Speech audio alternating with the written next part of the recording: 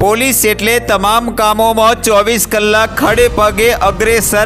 ત્યારે સાબરકાંઠાના ખેરોજ પોલીસ મથકના ઇન્ચાર્જ પીઆઈ કેબી ખોટ અને હેડ કોન્સ્ટેબલ વિષ્ણુસિંહ અને ટીમ ખેરોજ પોલીસના માણસોએ મીઠી બીલીથી બાવળકાંઠિયા જતા રોડ વચ્ચે નદીમાં અચાનક વરસાદથી વધુ પાણી આવતા અવરજવર માટે રસ્તો બંધ કરવાની ફરજ પડતા તાત્કાલિક ધોરણે સ્થળ પર બેરિકેડ ન હોવાથી ઇન્ચાર્જ પીઆઈની અગમચેતીથી રસ્તાની બાજુમાં પડેલ મોટું વૃક્ષ ખેંચીને રોડ વચ્ચે મૂકી આડાશ ઊભી કરી વાહન વ્યવહાર અને લોકોની અવરજવર માટે લોકહિતમાં રસ્તો બંધ કરાવ્યો હતો।